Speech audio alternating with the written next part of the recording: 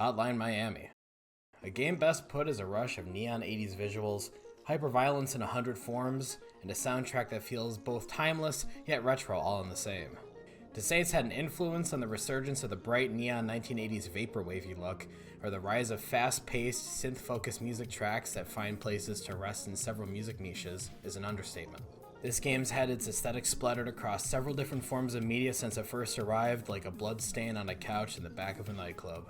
Personally, for me, it was love at first sight back in 2018. It was a game that challenged me constantly to become better, aim faster, play smarter, take my time in some spots, and take risks in others. Recently, I had been looking back over my Steam library to find something to do, and it hit me. Why not show how much I love my favorite game by getting each and every achievement it has to offer? That's what I'm here to discuss today. I'm going to talk about my experience with each achievement and maybe even show you how to get a few if you're as stuck as I was with some of these. I also want to use a type of difficulty meter, and we'll be representing how hard each achievement was to get by the fill system. We'll talk about who fill is later, but for right now, 5 fills means it's hard, 1 fill means it's easy. Another piece to note is some weapons discussed are locked from the start of the game, requiring a bit of replay as you unlock weapons until you reach a total score of 800,000 points. With all that out of the way, let's get started. Hotline's achievements typically ask you to collect several different things or do one thing many times. Example of the former would be Knife for Pros. This achievement requires you to get a kill with each melee weapon in the game. This includes the knife, the baseball bat, the lead pipe, the golf club, the crowbar, the pool cue, the broken pool cue, the frying pan, this pot, the baton, the katana, the machete, the sledgehammer, and finally the fire axe.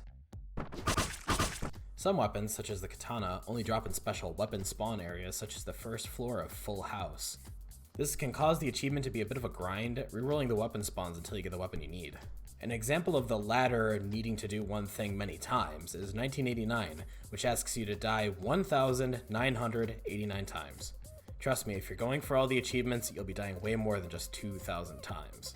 There are a few achievements tied to this game's mask system, such as Zookeeper, asking you to collect every mask, and Sounds of Animals Fighting, asking you to wear each mask.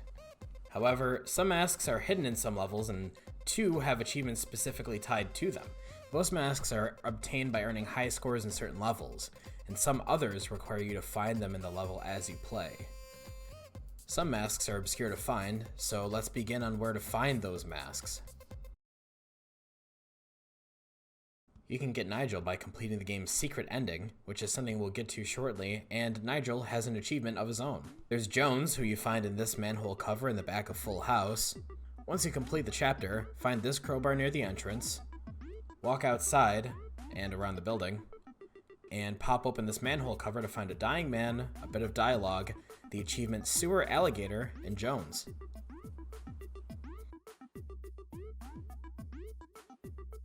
Charlie's in this spot here in Safe House right by the stove. Earl is found on your way through Overdose here. Carl can be found right here in Push It. Jake is found in this spot of Hot and Heavy. And Richter, someone who we'll need for later, is found in this section in Assault. And most importantly, Phil is found in Resolution right here. While not only being the most fashionable and sporty mask, Phil also gives you the blessing of all cutscenes being spoken in Google Translate French.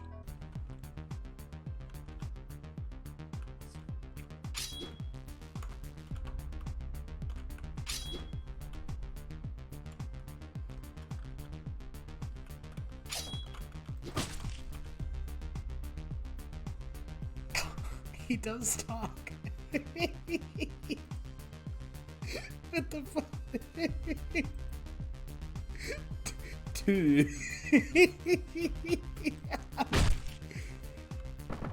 One tricky set of achievements, especially the final one in the set, are the combo achievements.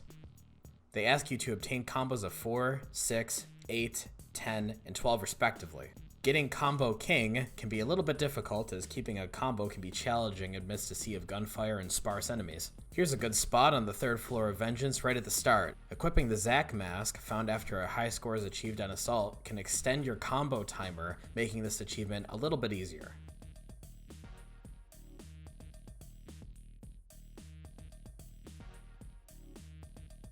Always on Top is another collection-based achievement requiring an execution with each melee weapon that has unique animation.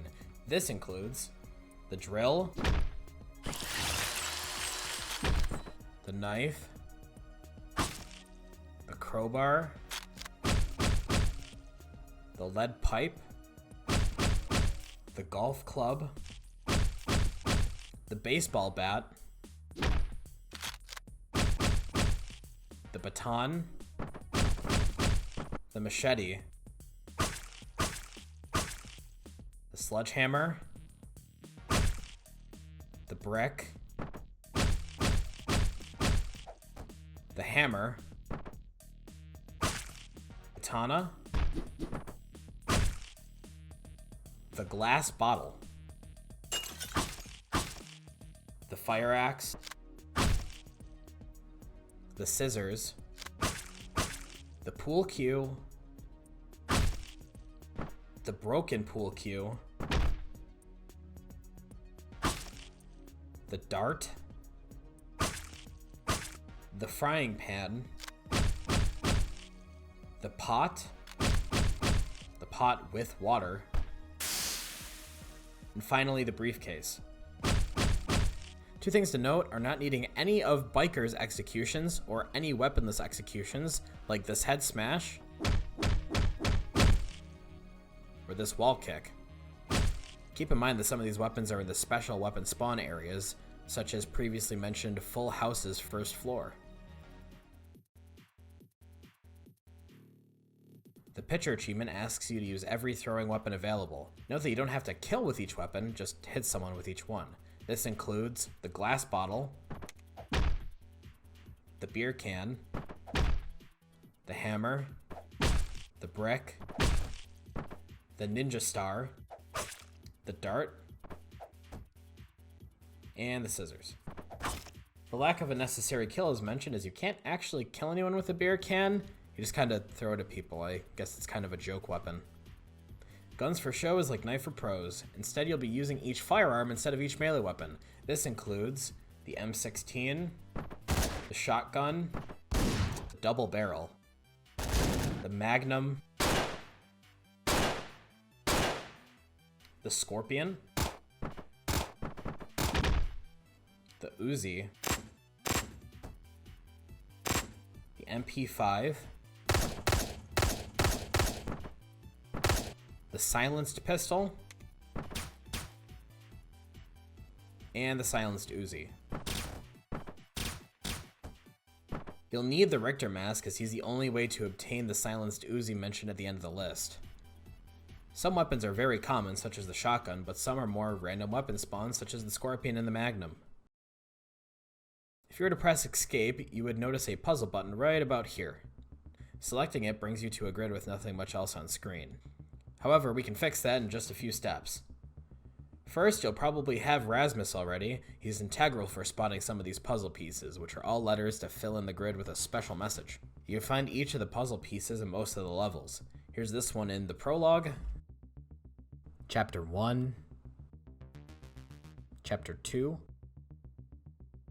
Chapter 3, Chapter 4,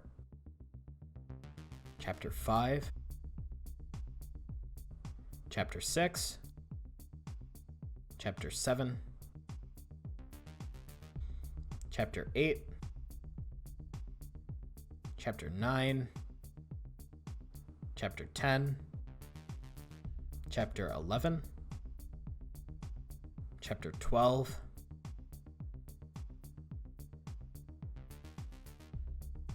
Chapter 13, Chapter 14, and finally, Chapter 15. If you want to figure out what the puzzle spells out for yourself, spoiler warning until this time right here.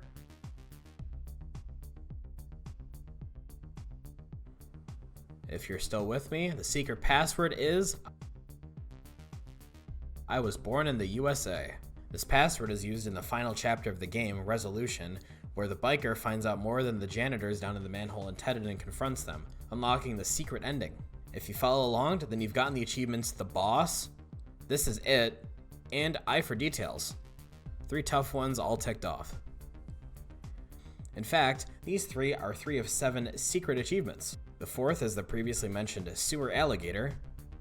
Then there's Smell Something Burning, where you take care of this guy with this specific fire axe. Next up is Catfight, where you must defeat the Father's Panthers with Brandon equipped. Finally, the last secret achievement is Batman.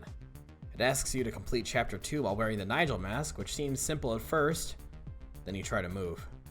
Keeps you a bit dizzy, and you can just rebind your controls to circumvent the challenge, but that's lame. Here's me doing it legit.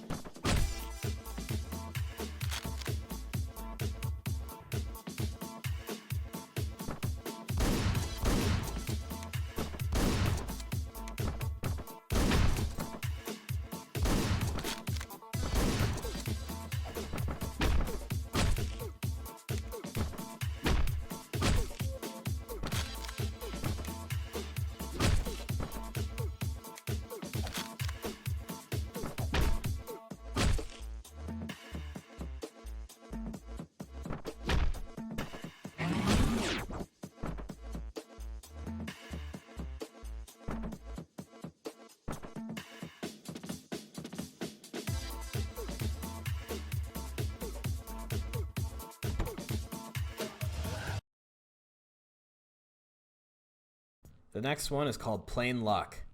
Took me way too long to finally get this one finished up.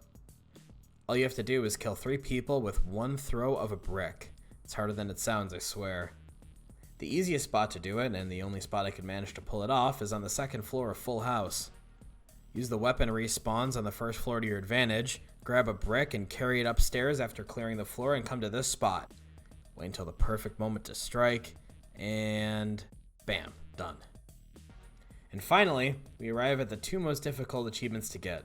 First, we have Aced It. This achievement requires you to get an A+, top letter score in every single level. The reason I don't mention some achievements, like Dog Lover, killing 99 dogs, or Let in Some Air, break 200 panes of glass, is because if you go for Aced It, you will have these. Aced It was the biggest grind for me this game had to offer. My only advice is to keep the Carl mask on and go for as many fast executions as you can. The bigger the combo, the better the score, and Carl's drill gives a lot of points for executions. Stay away from firearms as they reward you with less points, and keep your drill with you at all times. Beyond that advice, all I can offer is a wish for the best of luck. And finally, once you've gotten all 34 achievements in the game, you get the crown on your account, Achievement Whore. You must unlock all 7 hidden achievements we discussed, every mask, every melee kill, every gun kill, every execution, die almost 2,000 times, kill way too many dogs, take a human meat shield, and so much more. But once you're at the summit, nothing beats that feeling. Except maybe doing it again in Hotline Miami 2. So that's what the game offers in terms of achievements. Some are far more challenging than others, but it's all worth it for glory amidst the glamour and bloodshed endured to get that final crown. I have to say, being my first game I really grinded to perfect, I couldn't have picked a better place to start. It was satisfying but never impossible. It challenged me, but each goal never felt truly out of reach. Thank you, Denison, for one of the best experiences I've ever had in gaming, and thank you for watching. I do plan on talking about more games I've perfected in a similar format, so if you want to hear me talk about those, subscribe and I'll be around sometime soon. If you want to see me playing some games and starting the climb to getting more games to that perfect status, I actually stream right here on this channel as well. So come by sometime and say hi if you see me live. That's all for now, so thanks again for watching and I'll see you next time.